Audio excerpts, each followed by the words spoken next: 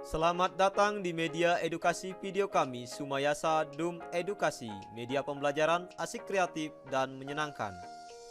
Pada kesempatan ini kita akan belajar bersama tentang materi tematik kelas 4, tema 3, peduli terhadap makhluk hidup, subtema 1, hewan dan tumbuhan di lingkungan rumahku, pembelajaran 1. Burung beo, burung belibis, buah naga dimakan ulat. Tonton videonya sampai habis, semoga bermanfaat.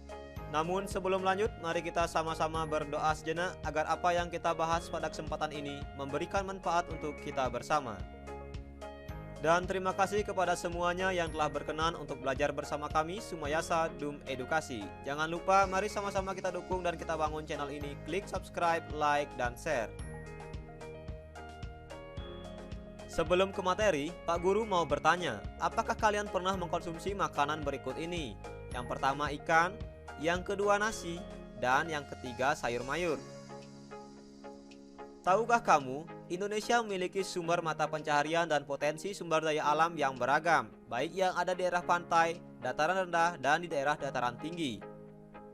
Sekarang, ayo kita cari tahu mata pencaharian dan potensi daerah yang menghasilkan ketiga bahan makanan berikut ini. Daerah pantai. Pantai adalah daerah yang berbatasan langsung dengan laut. Pantai ada yang landai dan ada pula yang terjal. Pantai yang landai biasanya digunakan untuk objek wisata. Di wilayah pantai ini, penduduk bisa memiliki mata pencaharian dengan memanfaatkan sumber daya alam yang ada di pesisir pantai dan laut. Pekerjaan yang bisa dilakukan oleh masyarakat yang berada di daerah pantai tidak terbatas sebagai nelayan yang menangkap ikan saja. Meskipun banyak yang menjadi nelayan, namun juga banyak profesi lain yang bisa dipilih.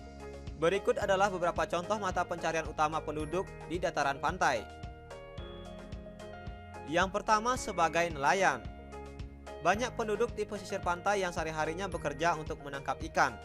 Perairan yang bisa dijadikan untuk aktivitas menangkap ikan ini bisa berupa perairan tawar, payau, yaitu perairan campuran air tawar dengan air laut, ataupun air laut. Di Indonesia, banyak nelayan yang menggunakan peralatan sederhana seperti perahu untuk pekerjaannya. Sementara di negara yang sudah maju, biasanya mereka banyak menggunakan peralatan modern dengan teknologi yang sangat canggih. Pekerjaan berikut yaitu petani garam. Petani garam yaitu orang yang pekerjaannya memproduksi garam.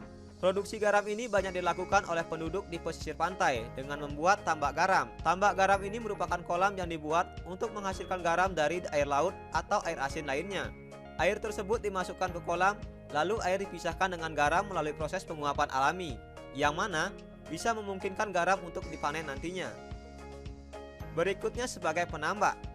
Banyak penduduk di pesisir pantai yang mata pencahariannya bertambak, seperti tambak udang dan tambak ikan bandeng. Misalnya untuk petambak udang, mereka bisa membuat kolam untuk membudidayakannya, baik itu untuk udang air tawar, air payau, ataupun air asin. Nah, itulah tadi beberapa jenis pekerjaan yang bisa dilakukan apabila tinggal di dataran pantai.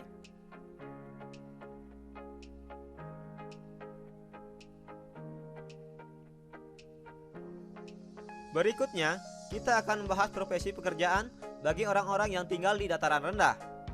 Di dataran rendah adalah dataran permukaan bumi dengan ketinggian kurang dari 200 meter dari atas permukaan laut. Pada umumnya, dataran rendah berada di sekitar pesisir pantai.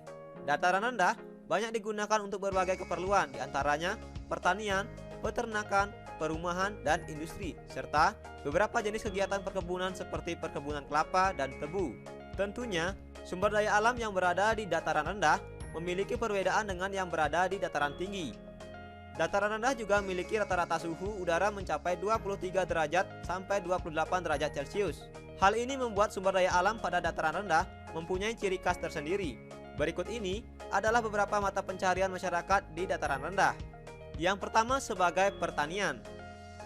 Pekerjaan pertanian di dataran rendah dapat diterapkan dengan menanam tanaman yang memiliki daya tahan untuk suhu tinggi. Misalnya, menanam padi, menanam singkong, dan menanam jagung. Pekerjaan berikutnya yaitu sebagai buruh. Pada dasarnya, buruh, tenaga kerja, karyawan, dan pegawai adalah sama. Namun, kadang-kadang kata buruh berkonotasi sebagai pekerjaan kasar, misalnya buruh tani dan buruh pabrik. Lalu, untuk karyawan mengacu ke pegawai kantor. Tetapi pada intinya, semua serupa memiliki satu arti, yaitu sebagai pekerja. Pekerjaan berikutnya yaitu sebagai pengrajin. Pengrajin adalah pekerjaan yang melibatkan keterampilan untuk menghasilkan aneka jenis barang dengan tangan, baik barang untuk dekoratif maupun fungsional lainnya, misalnya seni dekorasi dan mebel. Namun, untuk penduduk di dataran rendah, kebanyakan mata pencaharian untuk pengrajin yaitu pengrajin alat pertanian dan alat perabot lainnya. Berikutnya sebagai pedagang. Tentu ekonomi di dataran rendah juga sangat bergantung pada perdagangan. Banyak penduduk di dataran rendah yang memiliki mata pencaharian sebagai pedagang. Mereka tidak memproduksi sendiri, namun memperjualbelikan barang untuk memperoleh keuntungan. Barang yang diperdagangkan bisa berupa hasil pertanian, hasil kerajinan, dan hasil peternakan. Pekerjaan berikutnya yaitu di bidang jasa. Pekerjaan jasa adalah pekerjaan yang tidak menghasilkan barang, namun hasil pekerjaannya dapat dinikmati oleh orang lain. Di dataran rendah, pekerjaan jasa yang biasa ditemukan adalah jasa ojek, sopir, penjahit, montir, guru, polisi, dan dokter. Dan masih banyak lagi jenis pekerjaan yang menghasilkan jasa lainnya. Nah, ini adalah beberapa jenis pekerjaan masyarakat yang tinggal di dataran rendah.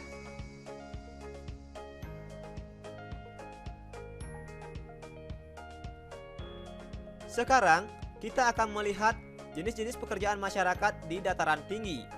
Dataran tinggi adalah permukaan bumi yang ketinggiannya mencapai 500 meter di atas permukaan laut. Dataran tinggi biasanya dimanfaatkan untuk peristirahatan, objek wisata, dan usaha perkebunan. Di Indonesia, wilayah dengan dataran tinggi biasanya memiliki udara yang sejuk dengan alam yang indah. Sebagian besar dari mereka masih memanfaatkan sumber daya alam sebagai mata pencahariannya. Berikut ini adalah beberapa mata pencaharian penduduk di daerah dataran tinggi. Yang pertama sebagai peternak. Dengan udara yang sejuk dan dingin, penduduk di dataran tinggi dapat mengembangbiakkan dan membudidayakan hewan ternak sebagai mata pencahariannya. Misalnya, hewan seperti kambing dan sapi. Berikutnya, sebagai pengelola perkebunan. Tumbuhan yang bisa ditanam di dataran tinggi meliputi sayur-sayuran dan buah-buahan. Banyak jenis tumbuhan yang bisa ditanam oleh penduduk untuk dijadikan mata pencaharian. Aneka tanaman bisa dibudidayakan di perkebunan, misalnya teh, kopi, dan stroberi. Tanaman yang hidup di wilayah ini juga dapat memiliki karakteristik khusus yang tidak dimiliki oleh tanaman di dataran rendah. Bahkan, banyak yang memiliki harga jual yang lebih tinggi. Pekerjaan berikutnya yaitu sebagai pengelola kehutanan. Pengelola kehutanan dapat mencakup kegiatan untuk memulihkan, mempertahankan, dan meningkatkan fungsi dan manfaat hutan. Selanjutnya, sebagai pengelola pariwisata. Banyak kawasan dataran tinggi yang memiliki daerah wisata, bisa berupa pegunungan, air terjun, dan sebagainya. Banyak orang datang untuk menikmati beberapa titik wisata. Dengan begitu, penduduk dapat menjadi pengelola pariwisata. Pekerjaan berikutnya yaitu sebagai pedagang hasil perkebunan. Dengan aneka jenis hasil perkebunan seperti buah-buahan segar dan sayuran segar, penduduk di wilayah ini bisa berdagang hasil perkebunan. Nah, inilah beberapa jenis pekerjaan yang bisa dilakukan oleh masyarakat yang tinggal di dataran tinggi. Ayo merangkum, apa ya yang sudah aku pelajari hari ini? Hari ini kita telah belajar tentang mengidentifikasi mata pencarian dan potensi daerah pada dataran pantai. Kemudian, kita juga telah belajar mengidentifikasi mata pencaharian dan potensi daerah dataran rendah. Dan kita juga telah belajar mengidentifikasi mata pencaharian dan potensi daerah dataran tinggi. Kuis Sumayasa Dum Edukasi. Cobalah jawab beberapa pertanyaan berikut ini. Yang pertama, tuliskan 2 contoh pekerjaan yang menjadi sumber mata pencaharian yang dilakukan masyarakat di dataran pantai. Yang kedua, tuliskan 3 contoh pekerjaan yang menjadi sumber mata pencaharian yang dilakukan masyarakat di daerah dataran rendah. Yang ketiga, tuliskan 3 contoh pekerjaan yang menjadi sumber mata pencaharian yang dilakukan masyarakat yang berada di dataran tinggi. Belajar asik, kreatif, dan menyenangkan bersama kami Sumayasa Dum Edukasi. Terima kasih telah menyaksikan video ini. Semoga bermanfaat. Mari sama-sama kita dukung dan kita bangun channel ini. Klik subscribe, like, share, dan komen. Sampai jumpa lagi dalam video pembelajaran berikutnya.